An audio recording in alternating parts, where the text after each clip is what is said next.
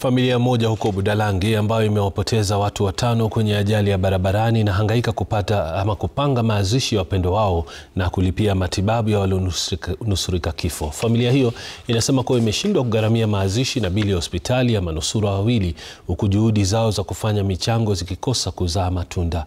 Ajali hiyo ilitokea katika eneo la Uranga kwenye barabara ya Nyadorera kuelekea Siaya wiki iliyopita.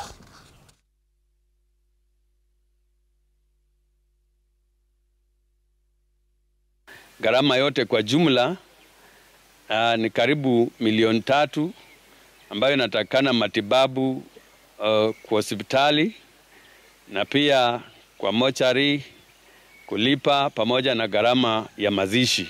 Kwa niaba ya familia ninaomba mjumbe wetu wa Budalangi constituency Mheshimiwa Raphael Wanzala asimame nasi wakati huu wa majonzi. Hiyo ndiyo tegemeo yangu.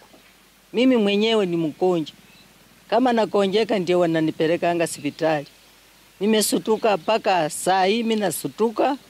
Naona watu wamekufa wote na tegemeo yangu imeenda. Hata saa hii si mimi hapa, si mtu. Kasikia mtu anaongea kwa simu ndani ya kanisa.